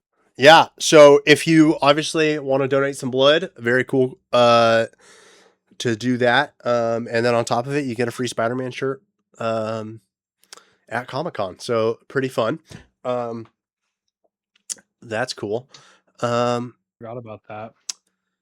But yeah, there's some cool like small like little artist independent stuff that looks neat. Um, Mhm. but I'm really trying to get a lot of signatures this year. As Hondo and I were talking a couple days ago over the phone, we are both are. I'm going to be bringing like a small comic box to Comic Con because I'm having such a hard time picking what books to bring, with a mix of what I'm trying to get signed as well as what we will probably be sending off to CGC on top of it. So, yeah, Yep. it's been a little it's been a little tricky, but kind of fun. I'm bringing a ton of books to Comic Con. What you got there, buddy? When Oh, Pretty very cool. cool. Oh yeah. Heck Um, yeah. I I'm saw a gonna guy be at the DC booth last year with it, and it's basically like a little like comic folio kind of thing. Yep. It's nice. 15 bag and boards that can usually fit in there. Oh yeah, there you go. Sick. That one's printed on. I like that. Yeah. I was like, why am I just throwing these in my backpack like a scumbag when I can have one of these? So I'm gonna bring a couple of these on the plane, instead of a short box like Silver Nice. Slurpee. Yeah, these are very cool. Great for also just going and picking up your books at the shop. So you don't Sure. just have to like toss them in your trunk or your car and they get Yeah. damaged before you even get to read them. So they're very cool and they come with lots of cool designs. I did get, I don't know if I have it nearby, and I saw these advertised recently actually. Kind of, we'll go into comics because we haven't talked about comics in a few weeks now. But I'll kind of use this as a segue. I had seen these advertised, and I was like, I don't really feel like I would ever need this. Um, Other than wraparound covers, I was like, that would be cool. But Torpedo Comics, I had bought a few books off their Whatnot show. I don't know, off two of their separate Whatnot shows now over the last couple of weeks, and gotten some very cool stuff. But the most recent shipment, I got the first three issues of Secret Wars, like the very first printings. There's 12 issues of that story, if you don't know, and would love to get them all. But I got them all for super cheap and in great condition Yeah. from the Torpedo Comics Whatnot show. But they sent them with a clear board. So it's like a really hard plastic. Huh. So it's see through, which is pretty neat. And I'm blanking on the company. It's Comic Capsules, I believe, that sells them. And they They make sell the essentially like comic frames. They're kind of similar to what's up there to the left of those shelves. They're similar. They're not the same. I think those look better. Those are from BWC. But they're called Comic Capsule, and they started selling these like clear plastic boards. So they're really thick, but they're clear, so you can see the back of the book. They're a little pricey. That's kind of my only kind of a big downfall. But I was like, wow, these would be great for wraparound covers. And I could definitely think of a couple cool books that I would love to get them for. But it was kind of cool getting them for these older Secret Wars books, being able to see the back and everything. And I thought it was really neat because on the Whatnot show, I didn't even think about it until once I got the books. But they were flipping them around and it was clear on both sides.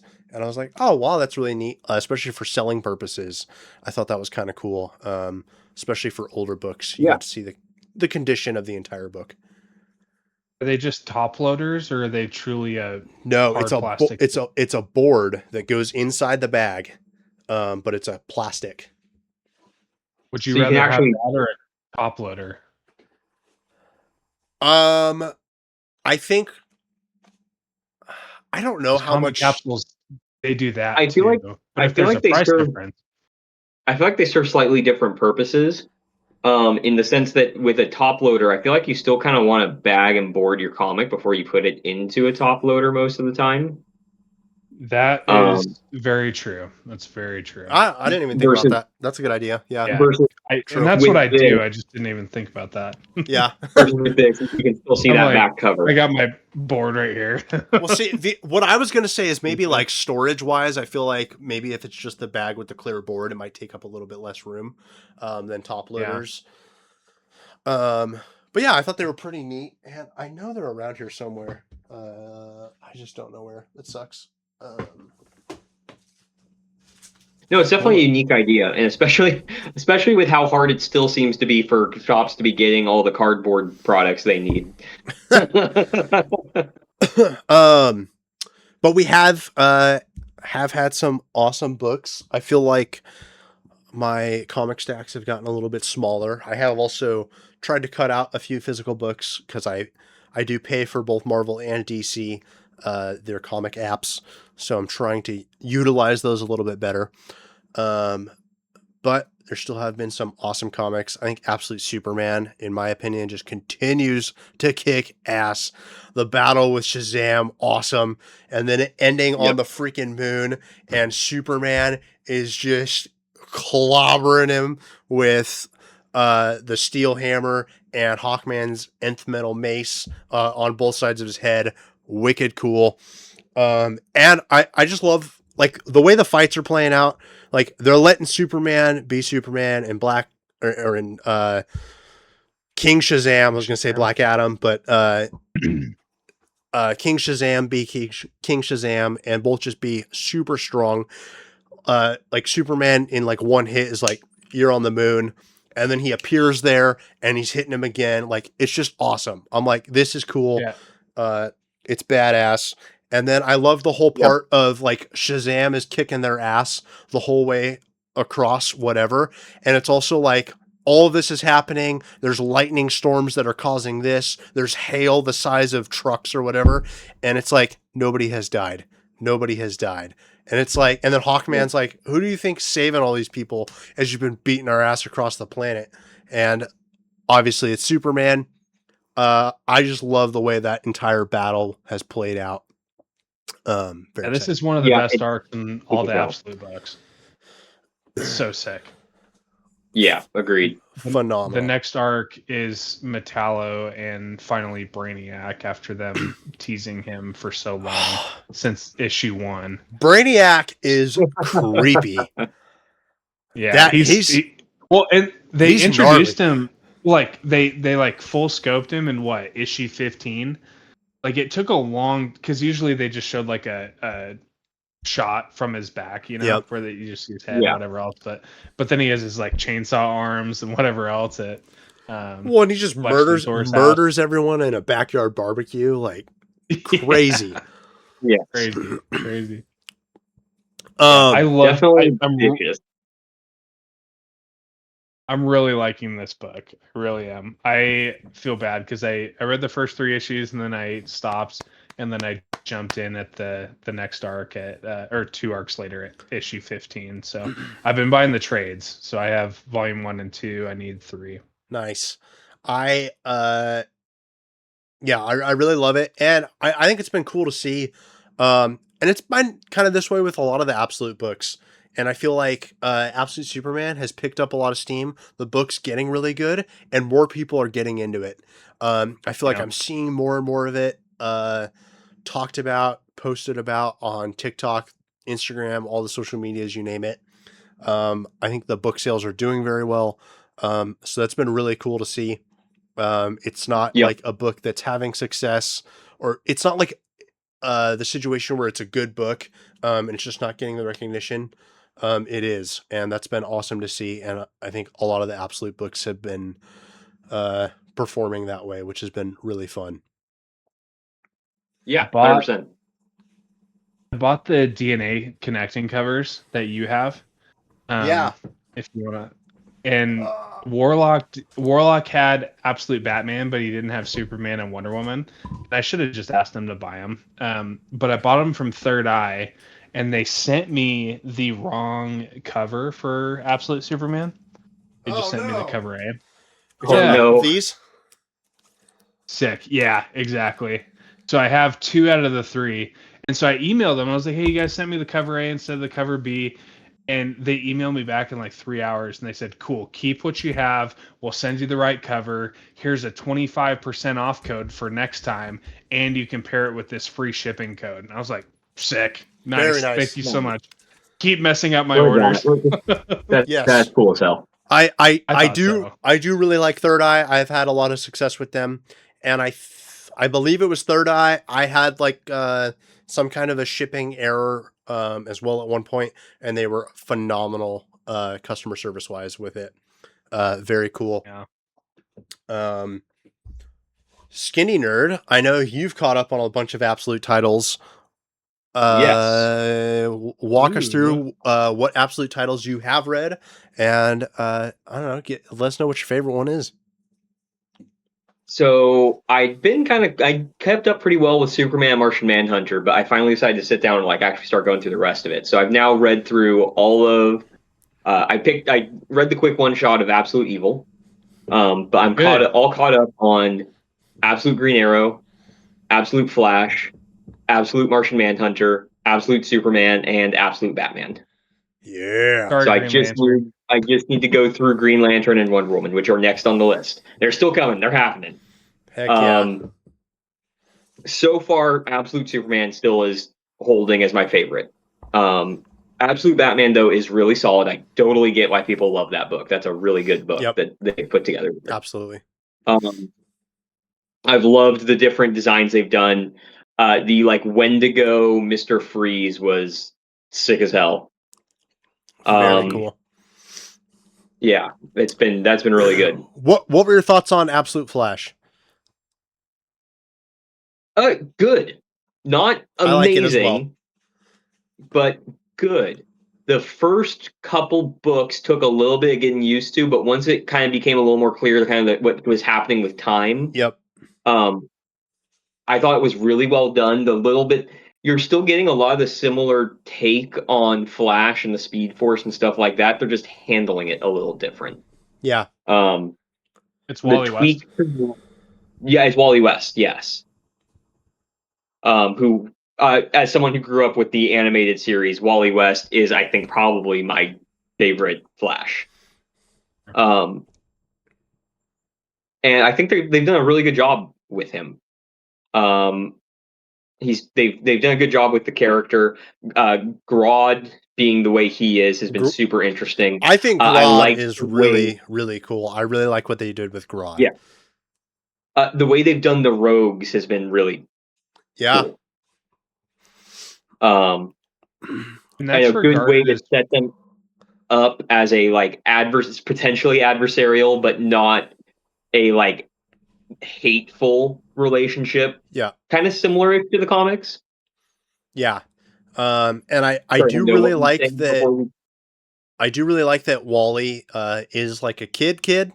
Yes. He's not just like a big adult, which I think would be really cool because I'm assuming at some point here, this Absolute universe is going to kind of collide. All these characters are probably going to come together as an Absolute Justice League to some degree, whether it's like a 5-issue miniseries.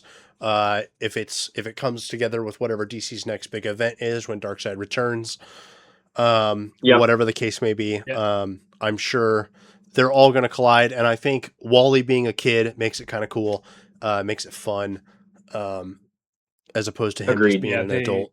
They announced that they're going to do that, and that like loosely announced that they're going to do that, and Martian Manhunter is going to be the one curating the whole partnership with everybody, which I think is interesting. Yeah, almost a callback to the animated series in that case.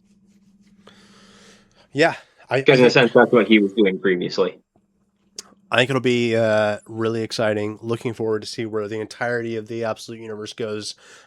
And another cool thing, it doesn't seem like it has any plans of ending anytime soon, if at all, for that matter. So that's very exciting to hear. And hopefully, obviously, it continues being good. I would also really like to see these writers and artists stay on their books. I don't want to see a bunch of changes at like issue 22, 24, 30 or whatever. I want them to keep writing them and keep doing the art and stuff, because I think they're all awesome. And plus, I want to see these writers get to, have some longevity with their stories and see where they want to take these characters, because they've already taken them to awesome places, and we've gotten a lot of cool stories.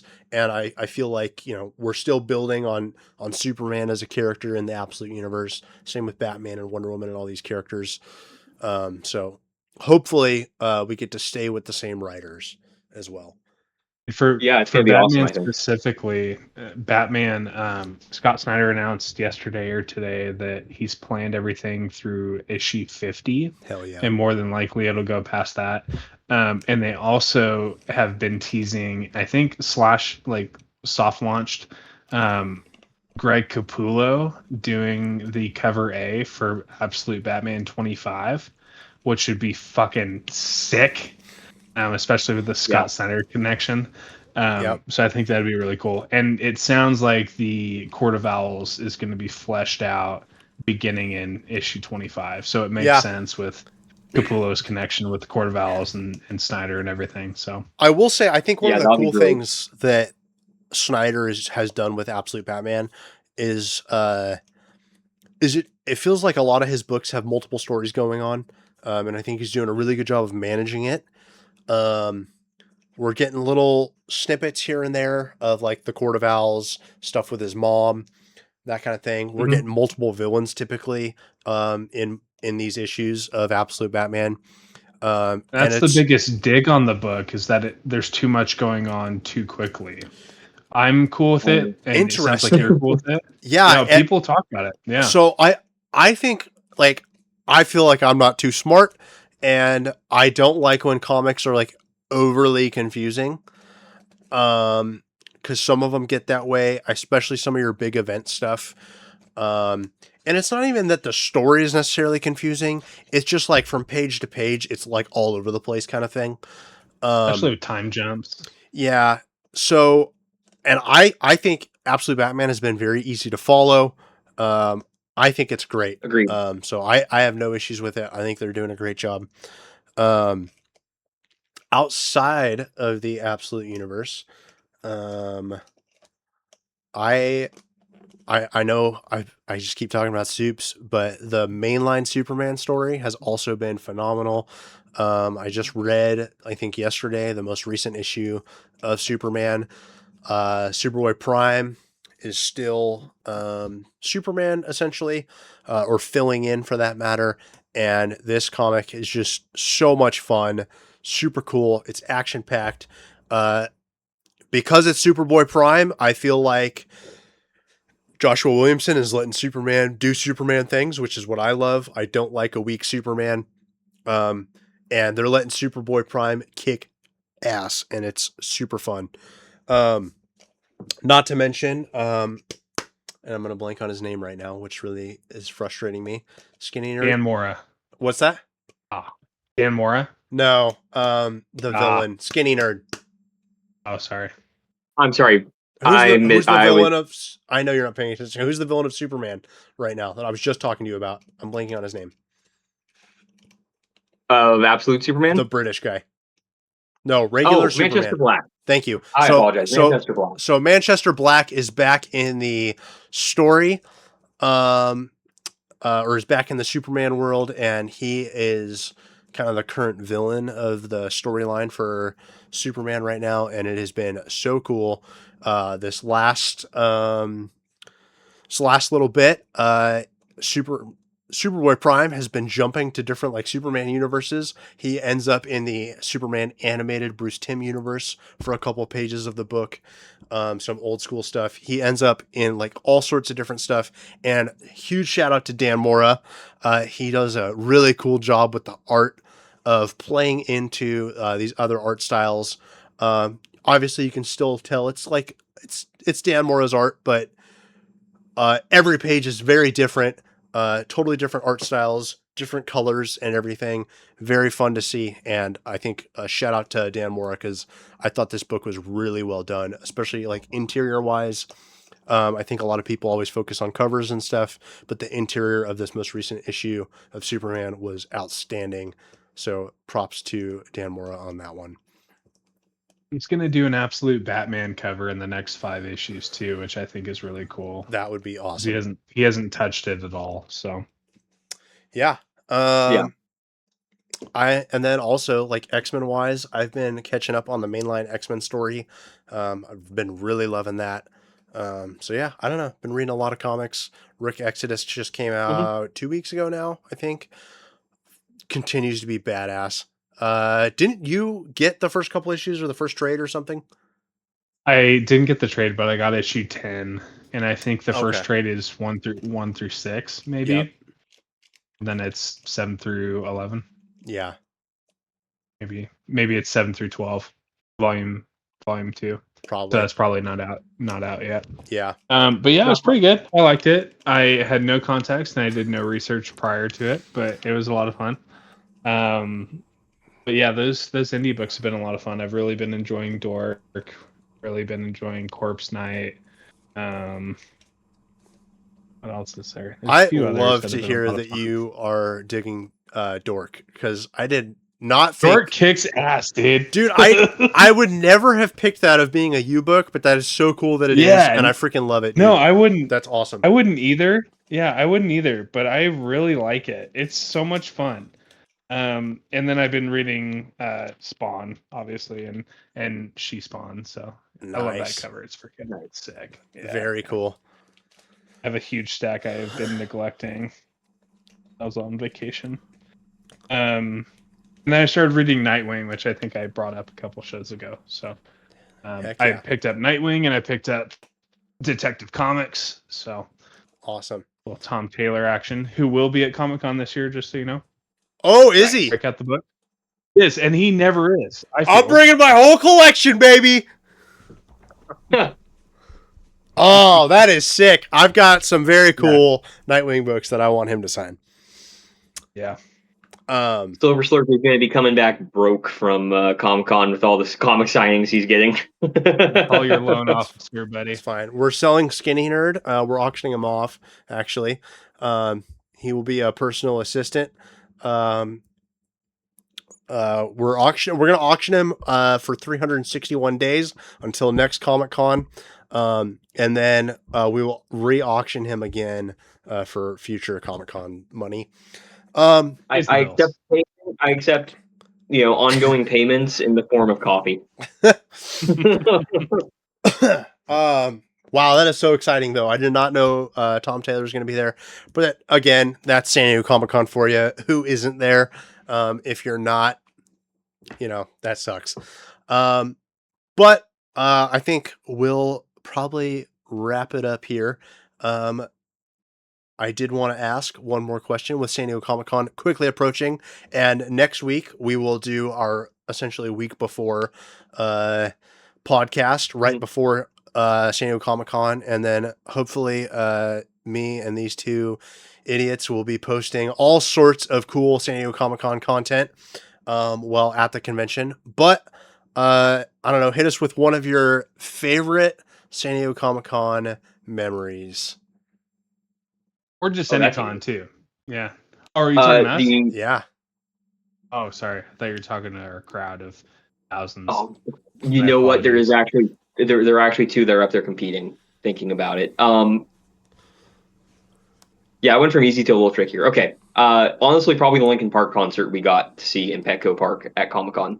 Okay, very cool. Not very Comic-Con-y related, but all right, cool. If you want one more Comic-Con related, it is cool. It was in the exhibit hall back when I was in high school, many moons ago. Assassin's Creed Brotherhood was demoing their multiplayer versus game, and I won my round and actually got a signed poster that was signed by the full dev team for Assassin's Creed Brotherhood. Freaking badass! Cool. I was so good at the multiplayer in that game, and no one played it. Don't fuck with it. That's why it was so good. There was nobody to kill him. Sick. I pick boring ones, and I would say us going to Cine Cafe every morning. Okay. And then Yeah. All right. Shout out Cine Cafe. Before your next friend one of the show. if you guys don't know, Cine Cafe has phenomenal breakfast sandwiches. It's like also it's just a vibe. It's a cool spot. It's a bodega. Yeah, it's literally like a bodega in San Diego. It's a little like liquor store with this little sandwich shop tucked away in the back. It's just a cool spot. The people are cool. It's fun. And we go there every single morning of San Diego Comic-Con. Highly recommend you do as well. It's delicious. It's affordable. You can get your energy drink, get going for the day with a little sausage, egg, and cheese croissant. And then they also have like food for the rest of the day as well. They do hot subs and all sorts of stuff. Cool spot. Yep. Go ahead with your other favorite memory. There's so many, but probably just you and I going back and forth our very first time that we did it at closed. Okay. I thought that was so much. Yeah, Yeah, that was cool. So fun. at the very end of San Diego Comic-Con, for those that don't know, security forms essentially a wall on the back wall, and they slowly start walking forward. They do it every night at Comic-Con, but of course, like the last day, is when nobody like everyone's trying to pick up final stuff. Nobody wants to leave, especially if you're a psycho like us, and we just want to live there forever. So Hondo and I, we started on one end. We're like, let's see if we can get to the other wall. And we did. And we still were like, oh, we can get back to the other wall. And I think we went back and forth like 3.5 times from side to side. And the convention center is huge. So that was just a ton of fun, just running around like maniacs. I have... I think I'm going to do like... I'm going to go with like 3. I'm going to do a top 3 because it's hard. So when I was a super little kid, there was a HeroClix set that came out, and there was a Kingdom Come Superman figure that was super badass that I really wanted. And I saved my money all year like I did every year for Comic-Con. And I finally found my Superman HeroClix figure, who is literally still on my shelf currently. And it is this guy. Very cool pose. Oh, yep. And HeroClix is an awesome board game that I still play to this day. But I found it and I got like $10 off from the guy, and I was probably like 7 years old. Wicked cool. So remembering buying that at Comic-Con will always stick with me. And then I'm probably going to say it was one of your first years there, Hondo, but I'm probably going to go with the Xbox Lounge. I was never even an Xbox guy. I don't think any of us were. I've never owned an Xbox in my life, but Xbox set up a badass lounge, I think for 2 straight years. It was really cool. They had like 20 different games they were demoing, and you just went from section to section. And it was a freaking blast. Very cool. Wish the video game companies and stuff would get back to doing that. That was a blast. Yep. And then also I would go for it. I was just gonna say, I don't know why she was there, but Brandy from Joe Dirt was there. Oh yeah, I forgot that we met her. That was cool. Yeah. Sick. Yeah. And then I went a second time.